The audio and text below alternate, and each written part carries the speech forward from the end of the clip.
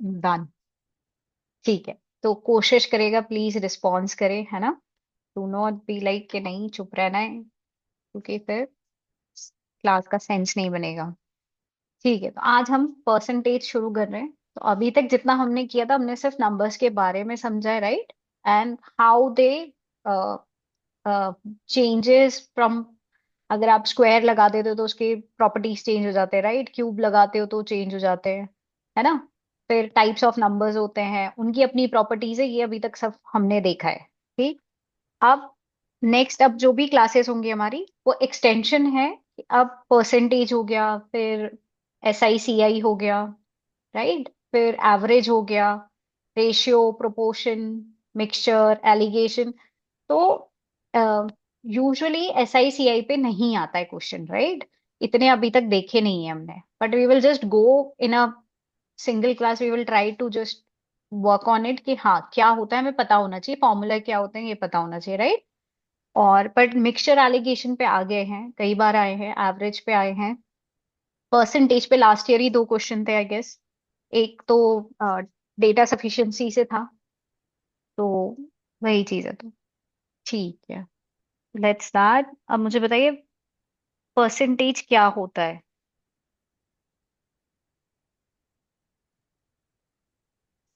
Hmm. What is percentage?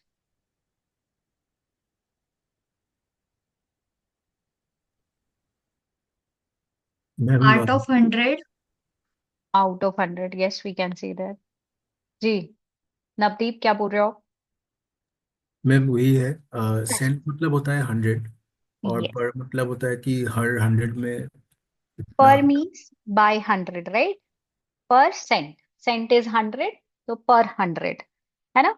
और अगर हमें डेफिनेशन के थ्रू बोलना है तो हम ये बोल सकते हैं कि किसी भी चीज की कंपैरिजन है, रिलेटिव वैल्यू है, ईदर बिगर नंबर और smaller number relative to some number, right. What it is compared as, मतलब कितना उसकी वैल्यू है, तो वो हम परसेंट में करते हैं। इसको सिंबल इस तरीके से होता है, राइट। और बाकी कुछ है इसमें समझने के लिए? हम्म। और एप्लीकेशंस कहाँ होते हैं, थोड़ा सा ये बताओ कि हम परसेंटेज हमने अलग अलग तरीके से हमने यूटिलाइज करते हुए देखा होगा कई बार, तो कहाँ कहाँ यूज होता है? Ma'am profit loss. Profit loss, correct. Discount, correct. और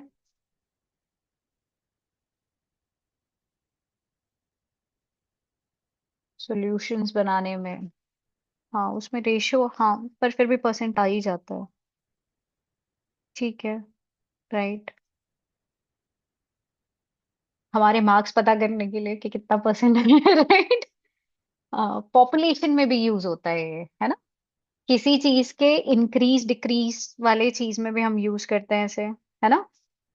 समथिंग इज इंक्रीजिंग डिक्रीजिंग, तो what percentage it is increasing decreasing, उसमें यूज करते हैं। और कंजम्पशन पैटर्न, ठीक है, करेक्ट। तो अब बहुत एरिया में भी यूज होता है, राइट। तो एरियाज में भी यूज होता है, स्पेशली रेक्टेंगल्स और ये वाले जो एरियाज होते हैं उसमें बहुत यूज होता है। पाई चार्ट में यूज होता है, मिक्सचर में, यस। ये सॉल्यूशन वाले में ही आ जाता है मिक्सचर, राइट। इलेक्शन में यूज होता है, करेक्ट। करेक्ट।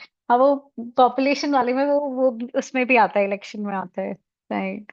तो इसके एप्लीकेशंस बहुत सारे हैं। तो there could be any kind of question which is asking you to calculate percentage, right. Either given percentage है तो उससे वैल्यू फाइंड करने की बात कर रहे हैं, है ना। ठीक है, तो अब हम फाइन कैसे करते हैं? तो अभी चलो, पहले फाइन करने से पहले, अगर हमें सिर्फ ये दिया हो कि किसी चीज का वैल्यू 50% है, तो उसका मतलब क्या होगा? अगर फ्रैक्शन में बात करें हम तो 1/2। 1/2, यस, हाफ हो जाता है, right. 1/2, correct. If I am saying it is 10%, then 1/10। 1/10, 15%,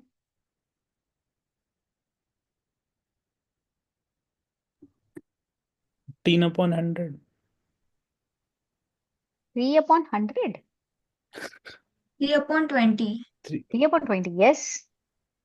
तो ये कैसे फाइंड करें? तो कोई भी आपको जब भी परसेंट दिया है और आपको पूछा है कि इसका फ्रैक्शन क्या होगा, तो आप क्या करते हो, उसको बाय 100 कर देते हो, करेक्ट?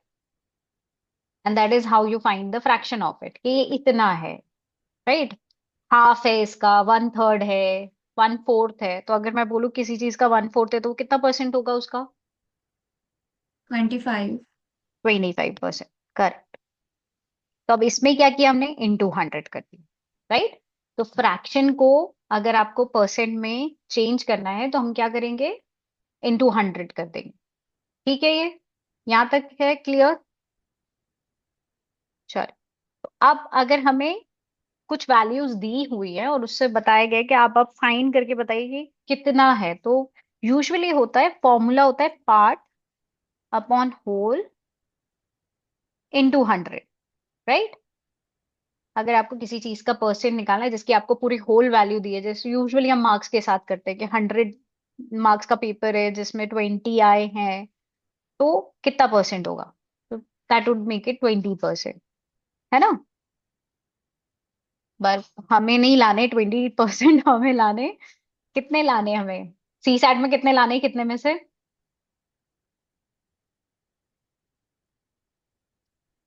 33। 33 तो परसेंट लाने हैं। कितने मार्क्स में से कितने लाने हैं? 66 66 आउट पॉइंट ऑफ 200। 200, करेक्ट, है ना? यस, मतलब 66 ही रख देते हैं फिर, तो दैट वुड मेक इट 33%, है ना? तो 33% लाना है हमें। तो ये हो गया कैलकुलेशन, जब हमें किसी चीज के वैल्यूज, मतलब उसमें बताया गया है कि पूरे में से कितना आपको लेना है। तो अब हमें सिर्फ ये बोला है कि X% ऑफ Y, इसका मतलब क्या होता है? बहुत जगह हमने ये देखा होगा कि some percent of this is how much, right? तो इसका मतलब क्या है?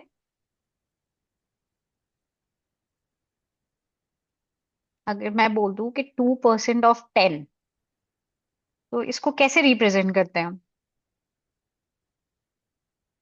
2/100 into 10। Yes, 2/100 into 10, this would make it 1/5, है ना? तो 2% ऑफ 10 इज 1/5, है ना? इसका मतलब ये हुआ कि वो परसेंट कितना फ्रैक्शन है, वो हम पता करते हैं इससे। तो कभी भी हमें दिया है कि X% ऑफ Y, इसका मतलब है कि वो कितना फ्रैक्शन में है उस वैल्यू के लिए। ठीक है, क्लियर है ये? तो अब मुझे बताइए, परसेंट कैन बी पॉजिटिव और नेगेटिव, और no, it can not be negative.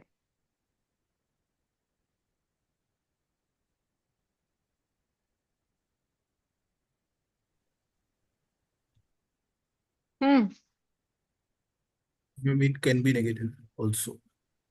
Both. ठीक है, तो इसका मतलब क्या होगा, नेगेटिव का क्या फिर सिंबलाइज करेगा? अगर मैम कोई क्वांटिटी हमेशा इंक्रीमेंट के बारे में बात करती है, लेकिन हम्म, उसमें डिक्रीज आता है, तो वो करेक्ट, नेगेटिव परसेंट में। Correct. So percentage is always positive, right? हाँ, डाउनफॉल बोल सकते हैं। एंड इट कंटेन्स, अगर नेगेटिव साइन है, तो हम वही बोल रहे हैं कि डिक्रीज हो रहा है उस पर, राइट? उस वैल्यू का, जो भी रिक्वायर्ड वैल्यू है हमारी, उसमें डिक्रीज हुआ है। ठीक है, तो दैट इज फॉर डिक्रीज, अगर नेगेटिव है। बट यूजुअली पॉजिटिव से रिप्रेजेंट करते हैं हम। बट अगर हमें क्वेश्चन में दे दिया है कि -2% है, तो समवेयर इट इज इम्प्लाइंग कि it is decreasing the value. ठीक है, क्लियर है ये? हाँ या ना? हाँ। हाँ, ठीक है, ओके, एक मिनट ना, चलिए फिर। In a group of persons, 70%, of persons are male, 30% of persons are married. If 2/7 of males are married, then what fraction of female is single?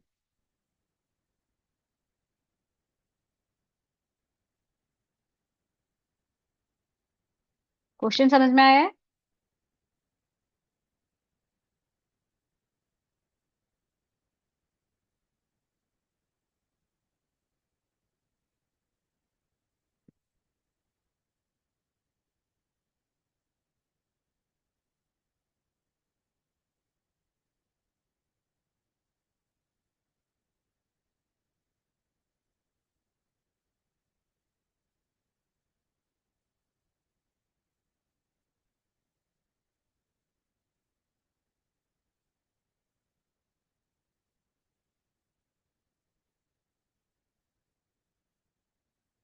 और 2/3 20/3 मतलब 2/3 ना। कैसे किया? मैम नंबर ऑफ मेल जो है वो 70% इंटू 100/100 कर दिया तो 70 हो गया। करेक्ट। मतलब हमने मान एंड लिया कि ग्रुप ऑफ 100 पीपल, राइट? हाँ जी। हम्म, ठीक है। तो उससे फिर नंबर ऑफ फीमेल कर लेंगे 100 माइनस 70 70 तो मेल हो 30। गए एंड 30 इज मैरिड इसमें, राइट? हाँ जी। तो फिर मैरिड वाले में हम 30%/100 इंटू 100 करेंगे तो फिर 30 हो गया ये मैरिड का नंबर। करेक्ट। एंड देन फिर टोटल अनमैरिड पर्सन में करेंगे तो 100 - 30 इक्वल टू 70 हो जाएगा। करेक्ट। एंड देन फिर हम मैरिड मेल में कर रहे हैं तो 70 हमारा मैरिड का मतलब ये अनमैरिड है ना। एंड फिर 2/7 जो है वो मैरिड है तो उससे हमको मिल जाएगा 20। Of 70, right? हाँ So this जी। will make it 20 males are हाँ married, है ना? हाँ हाँ। एंड देन फिर मैरिड फीमेल में इज लाइक हम फिर उससे 30 और -20 कर देंगे लाइक मैरिड मेल और हम्म। तो 30 - 20 इक्वल टू 10 हो जाएगा। करेक्ट। एंड देन फिर वहां से अनमैरिड फीमेल का अगर हम करेंगे तो 30 हमारा नंबर ऑफ फीमेल था ना 30। Yes. तो उसमें से -10 करेंगे तो 20 हो गया। हम्म। तो fraction is 20/30 equal to 2/3। Correct. ठीक है, चलिए, सही। अब थॉट प्रोसेस सही है। हाँ, बाकी लोग।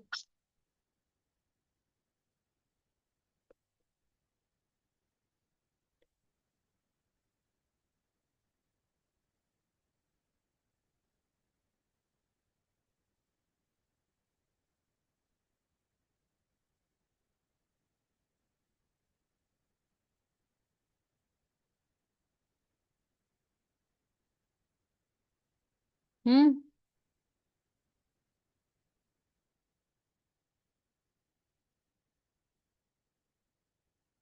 माधवी।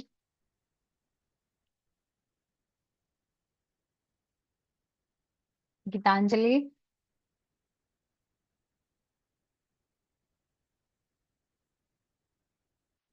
क्वेश्चन समझ में आया है, राइट?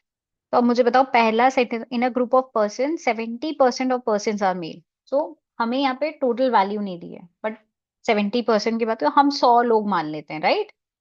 तो 100 में से 70% क्या है? मेल है, राइट? तो इसका मतलब क्या हो गया? 70% ऑफ 100 कितना हो जाएगा? 70, राइट? 70 आर मेल, तो 30 विल बी फीमेल, राइट? अब वो कह रहे हैं 30%, 30 of the person are married. 30% of the person are married, 30% इसका 100 का कितना हो जाएगा? 30 means 30 people are married, right? Male female मिला के। तो ये एक चीज हो गई। अब वो बोल रहे हैं 2/7 ऑफ मेल्स आर मैरिड। तो 70 का 2/7 कितना हो जाएगा? 2/7 of 70, that would make it 20, right? तो 20 मेल्स आर मैरिड। तो फीमेल कितनी होंगी फिर? 10 होंगी, क्योंकि टोटल 30 मैरिड है। तो 20 अगर मेल मैरिड है तो 10 कितनी हो जाएंगी? फीमेल हो जाएंगी। तो हमें क्या पूछा है, then what fraction of female is single. तो कितने बचे फिर, सिंगल फीमेल कितने बचे, 20, करेक्ट। 10 आर मैरिड, और टोटल कितनी है, 30, तो 2/3।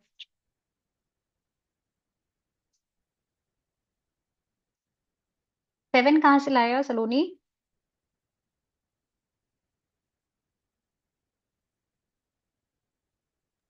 मैम टोटल सिंगल जो थे वो 70 है ना। Fraction of females is single. Then what fraction of females is single? They are not saying of whole, right? वो सिर्फ फीमेल्स का पूछ रहे हैं कि फीमेल्स का कितना फ्रैक्शन सिंगल है। तो 2/3 ऑफ फीमेल्स आर सिंगल। आई बात समझ में? Yes ma'am. क्लियर है ये क्वेश्चन?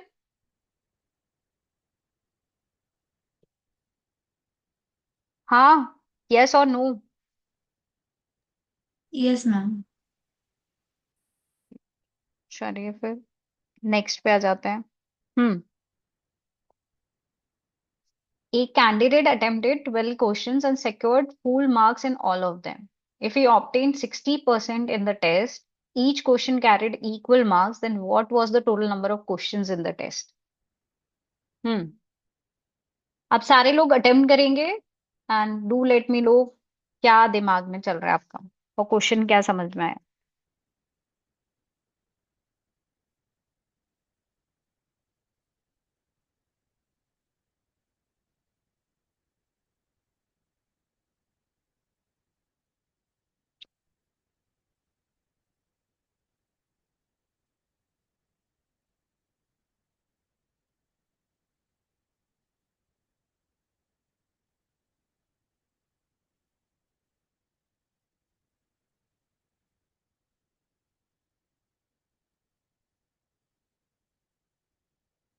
20 मैम। क्या बाकी लोग बताओ। वो जितना बड़ा क्वेश्चन दिख रहा है उतना है नहीं, बहुत ही सिंपल है। डायरेक्ट परसेंटेज का फॉर्मूला यूज हो रहा है।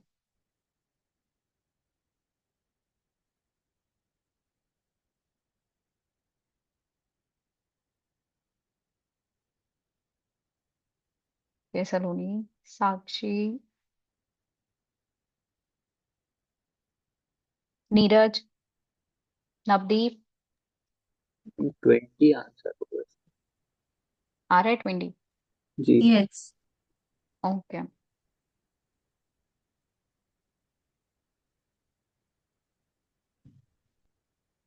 आया नवदीप, आया। तो यहाँ पे क्या किया हुआ है, हम मान लेते हैं कि x नंबर ऑफ क्वेश्चंस है, right, which we have to find, है ना? 60% of x is equals to 12। Right, 60% of x is equal to 12, correct है ना?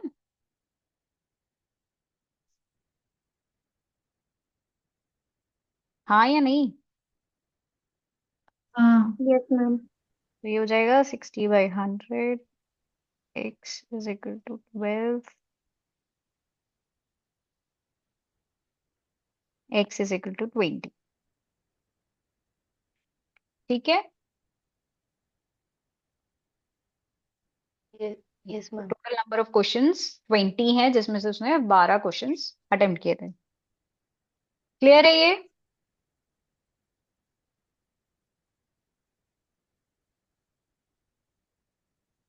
चल एक और क्वेश्चन करते हैं फिर आगे बढ़ते हैं। Is income is 70% of B.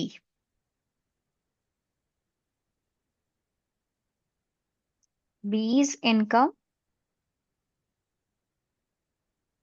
is 50% of C's.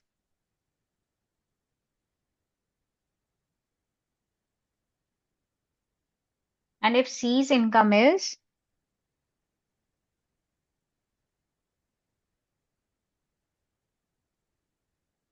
1 lakh, what's A's income?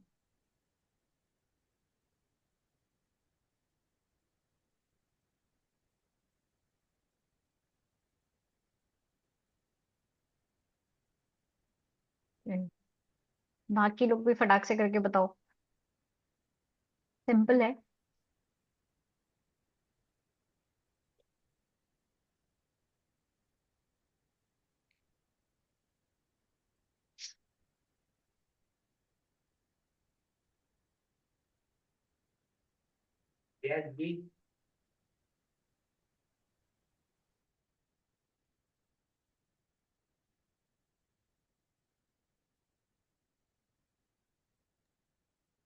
आ गया, सबका आ गया 35,000।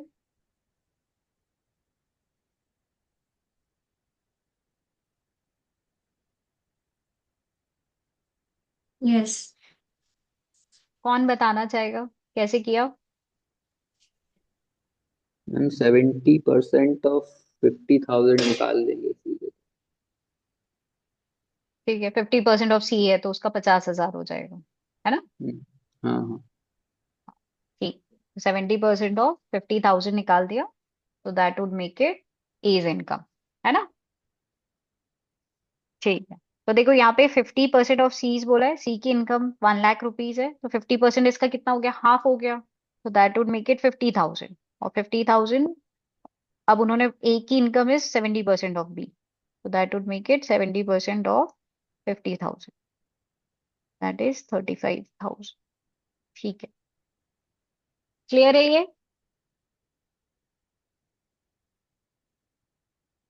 अच्छा,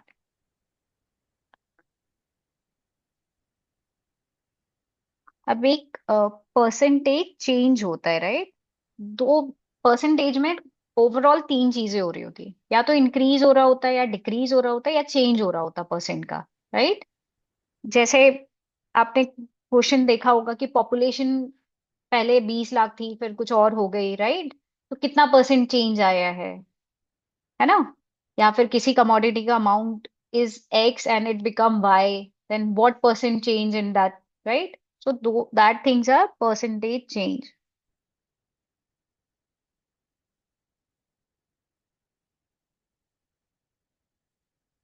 So percentage change means any increase or decrease in the percentage due to the change in original amount. Original amount में increase या decrease होके उसको change होना हमारा percentage change कहलाता है, right? और उसको हम एक फॉर्मूले से रिप्रेजेंट करते हैं, that is percent change is equal to net amount minus original amount, या कुछ भी ले लो उसकी जगह, ऐसा जरूरी नहीं अमाउंट ही हो, अपॉन ओरिजिनल। एक minute,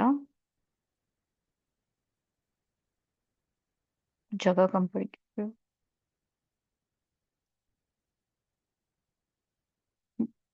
percentage changes net minus original upon original into 100, that is percentage change. तो अगर नेट अमाउंट माइनस ओरिजिनल, ये अगर आपका दिस, ये अगर आपका ग्रेटर देन 0 है, इसका मतलब क्या हुआ है, इंक्रीज हुआ है, राइट? चेंज में इंक्रीज हुआ है।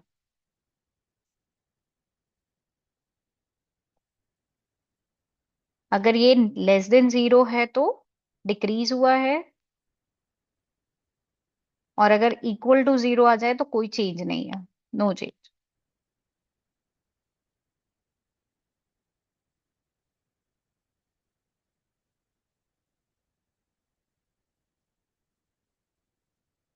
इसका एप्लीकेशन देख लेते हैं तो हमको और क्लियर होगा कि हम क्या बात करना चाह रहे हैं यहाँ पे। इफ द पॉपुलेशन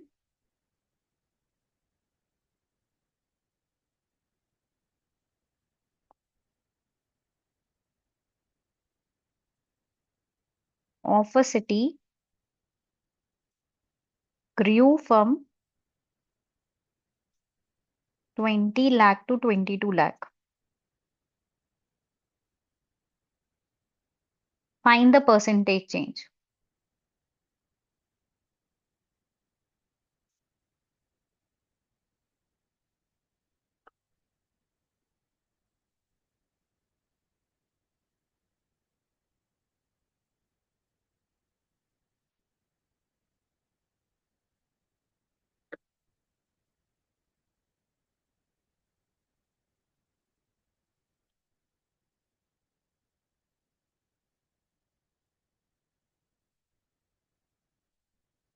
आ गया सबका? तो नेट क्या हो जाएगा यहाँ पे?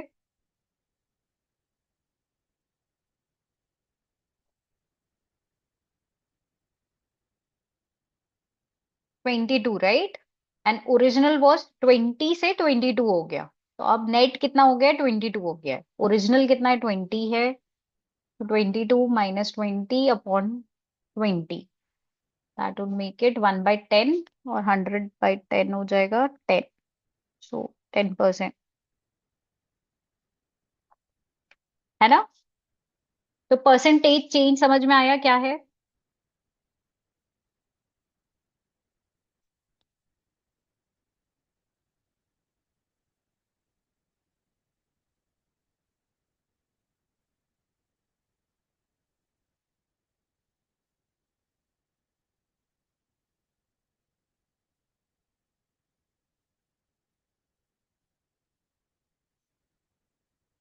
Now applications of percentage.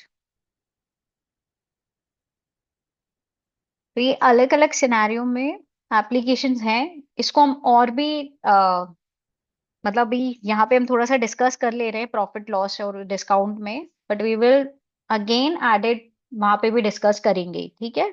But यहाँ पे एक बार हम समझ ले रहे हैं कि कैसे एप्लीकेशन होती है परसेंटेज की। ठीक, तो पहली है, if the price of a commodity increases और डिक्रीजेज बाय R%। कोई कमोडिटी है, उसकी प्राइस में R% का इंक्रीज या डिक्रीज हुआ है, then the reduction in consumption so that not to increase the expenditure. अब इसका मतलब क्या हुआ है कि जैसे मार्केट में किसी चीज की प्राइस बढ़ गई है, तो हम उसका कंजम्पशन थोड़ा सा कम कर देंगे कि हमारा एक्सपेंडिचर ना बढ़े, right? Do we do that in, मतलब हमारे नॉर्मल लाइफ में भी हम कर देते हैं। किसी चीज की बहुत ज्यादा वैल्यू बढ़ गई तो हम उसको कम खरीदना शुरू कर देते, राइट? कि हमारा एक्सपेंडिचर उतना ही रहे। तो वो कितना है आपका, उसमें कितना चेंज आया है, that is we can calculate it directly, that is R/100 plus minus R into 100%। ठीक है? और अगर ये नेगेटिव आता है तो that means decrease is there, है ना?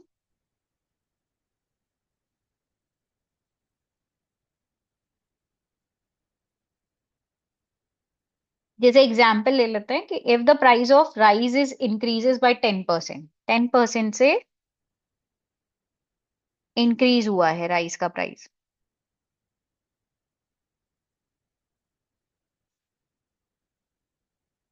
Then the reduction in consumption, हम कितना रिडक्शन करेंगे अपने कंजम्पशन में, कितना परसेंट कम यूज करेंगे, that we can find out, that would make it 10/100 plus minus 10 into 100, right? तो अब इसमें यहाँ प्लस लेंगे कि माइनस लेंगे? प्लस। प्लस लेंगे, करेक्ट। तो that would make it 10/110 into, तो ये कितना आ जाएगा?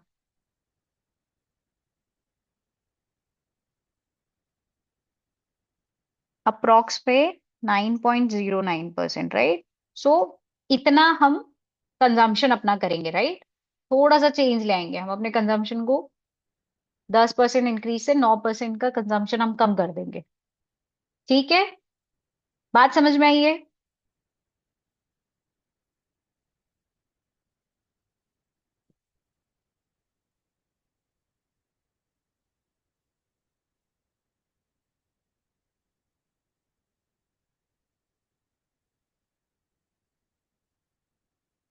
हाँ या ना? Yes ma'am. ठीक है, चलिए नेक्स्ट पे चलते हैं। अब ये थोड़ा सा इंपॉर्टेंट है याद रखना, क्योंकि एप्लीकेशन यूज हो जाती है, कई जगह यूज होती है।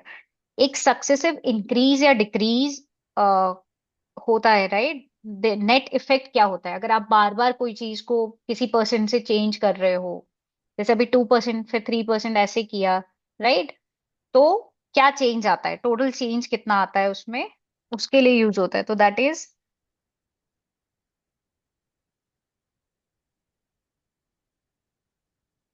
net effect due to successive increase or decrease in factor and decrease in other factor of the two factors. तो अगर हम मान लें कि A% और B% से चेंज हुआ है, राइट, पहले A% से हुआ फिर B% से हुआ, तो टोटल चेंज कितना हो जाएगा?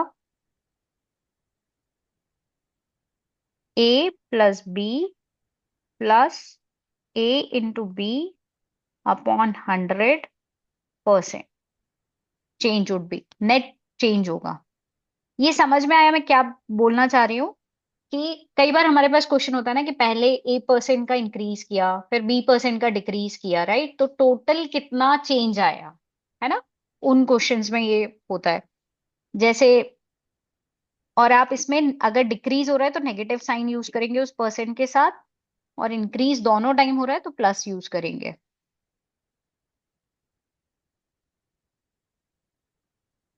एक क्वेश्चन देख लेते हैं फिर हमको और क्लियर हो जाएगा। If a shopkeeper increases the price of his goods by 10%, then due to increase in demand,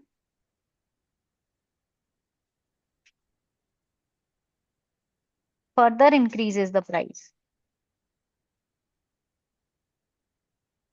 by 20%. So actual, then find the actual profit of the two increases.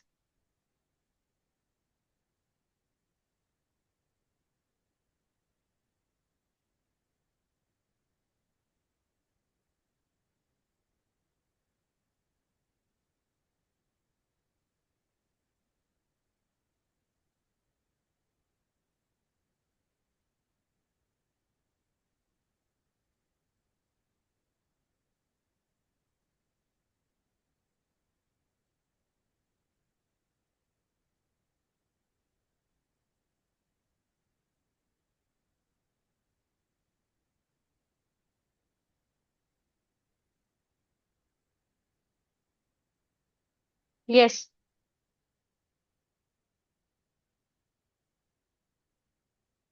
Three point three.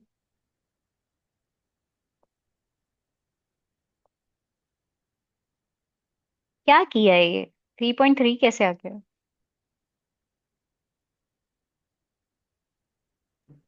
10 plus 20। हाँ, अच्छा plus, हाँ तो plus ए into B करेंगे तो 300 होगा ना वो। नहीं 2, अरे यार सॉरी। 32 है क्या? यस 32 ये हो जाएगा। That would make it 20 into 10, right, 200 by 100. So this is 30 plus 2, which is equal to 32%, है ना?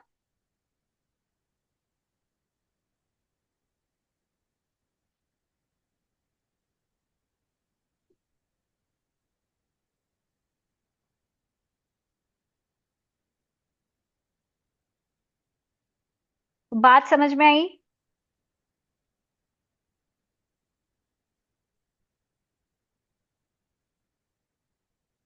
यस और नो? Yes ma'am. सबको क्लियर है ये? माधवी? यस। मैम जब डिक्रीज होगा तो माइनस कहाँ कहाँ आएगा? ए माइनस बी माइनस ए जो भी इंटू बी वैल्यू या फिर? माइनस हो रही है, मतलब डिक्रीज हो रही है, right, if there is a decrease in 10% and increase by 20%, तो हम 10 minus 10 लेंगे, ठीक है? ओके मैम, ठीक है। Yeah.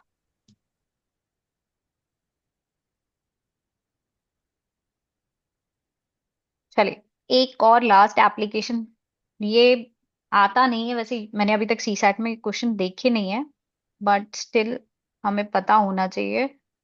तो एक पॉपुलेशन वाली चीज होती है कि इफ द कोई पॉपुलेशन की मतलब टाउन की पॉपुलेशन P है एंड इट इंक्रीजेस और decreases by some rate R% per annum, right,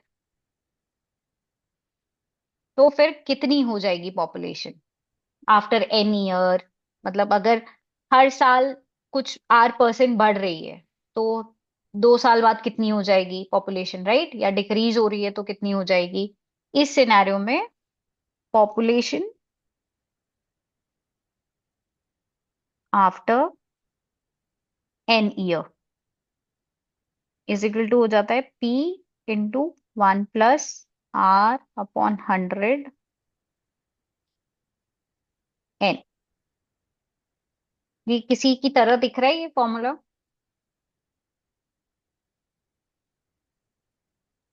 ma'am compound interest. Yes, compound interest. So population is also compounding. Either it is increasing or decreasing, है ना? तो minus लोगे अगर आप, decrease हो रही है पॉपुलेशन, R% से डिक्रीज हो रही है, अगर इंक्रीज हो रही है तो ये। और अगर ये आफ्टर की बात है, अगर पॉपुलेशन आपसे पूछी गई कि बिफोर सम ईयर, राइट,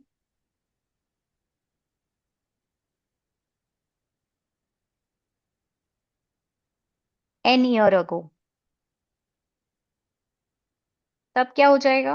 तो दिस विल बी, सिर्फ अपॉन में चला जाएगा ये। ठीक है?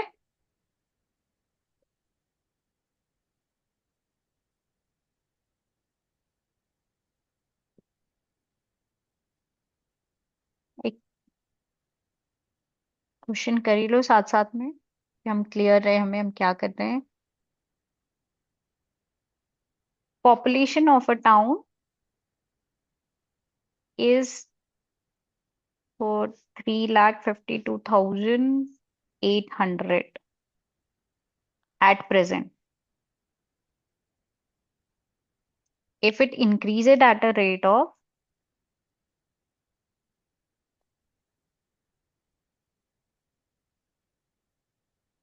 5% per annum,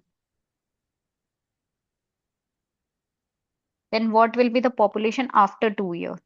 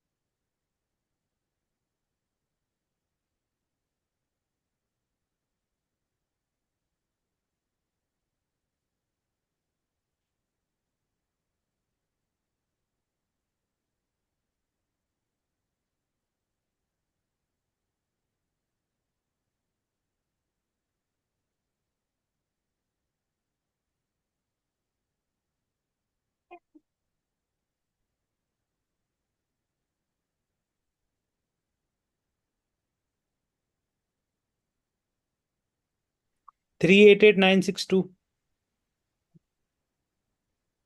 388,962, करेक्ट। आ गया सबका? Yes ma'am.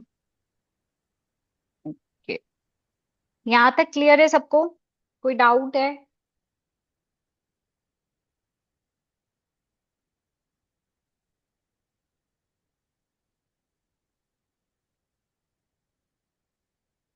अरे मुझे अपने आप टेलीपैथी नहीं होगी कि किसको डाउट हो रहा है।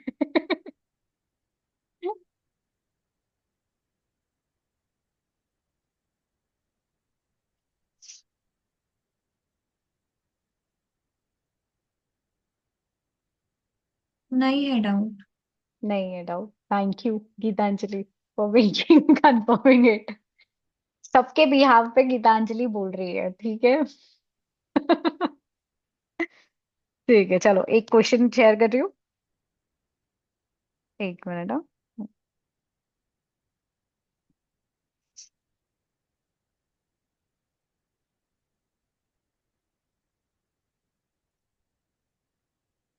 No problem.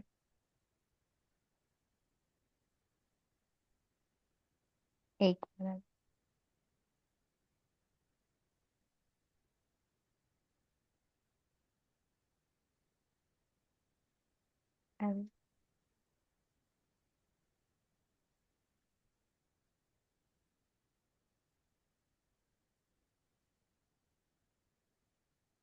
एक मिनट। हाँ,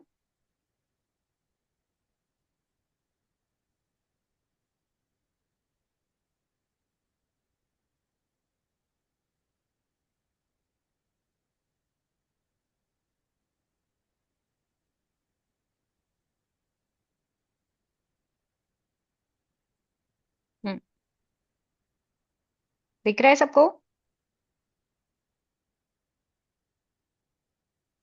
यस मैम।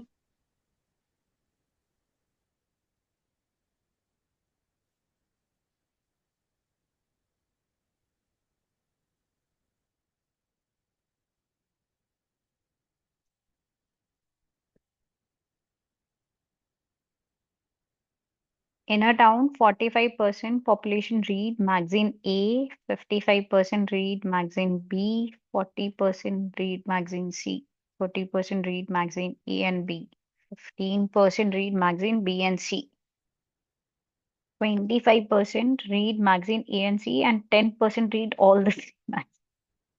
ये थोड़ा वेन डायग्राम टाइप की फीलिंग दे रहा है, right?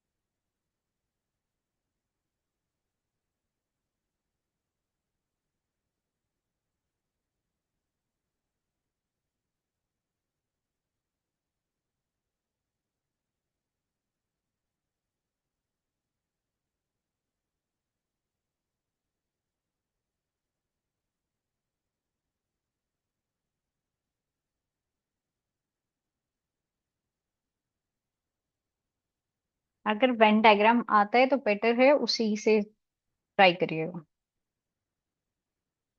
Easy to.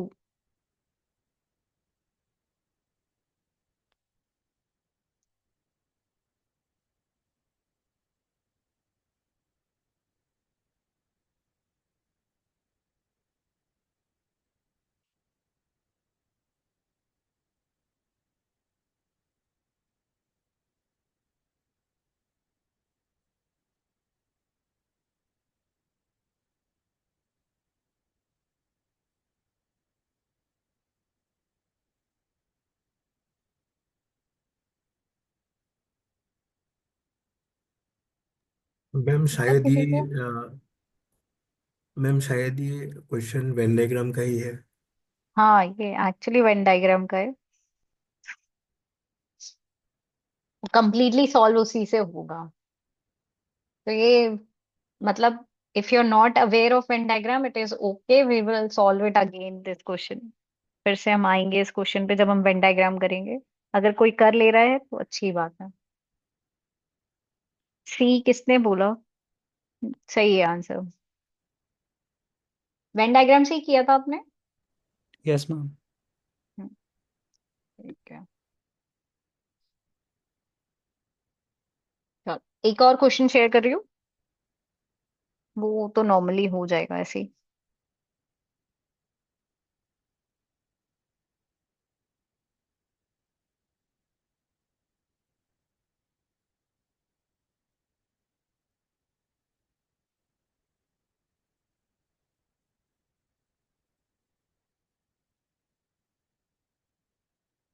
Similar question जो हमने थोड़ा सा किया था, थोड़ा सा चेंज है इसमें। In a test, a candidate attempted only 8 questions and secured 50% marks in each of the questions. If he obtained a total of 40% in the test, all the question in test carried equal marks. How many questions were there in the test? Test में कितने question थे total? 10 questions. हम्म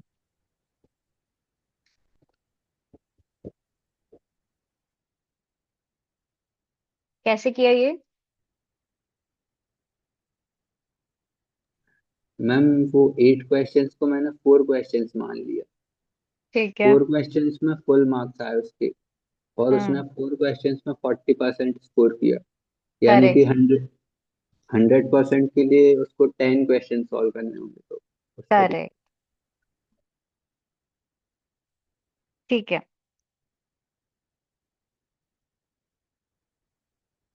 बाकी किसी ने कोई और तरीका use किया है कि सेम?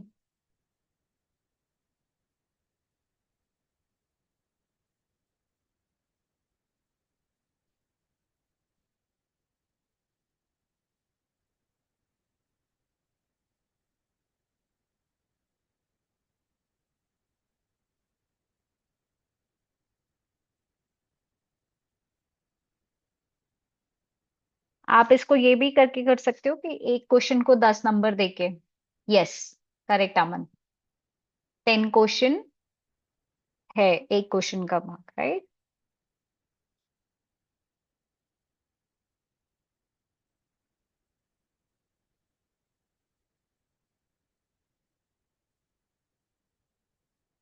तो उसको 50% मार्क्स मिल रहे थे ईच में, मतलब 8 into 5 हो जाएगा, राइट? तो that would make it 40 marks. तो 40%, अगर 40 मार्क्स हैं तो 100%, 100 हो जाएंगे।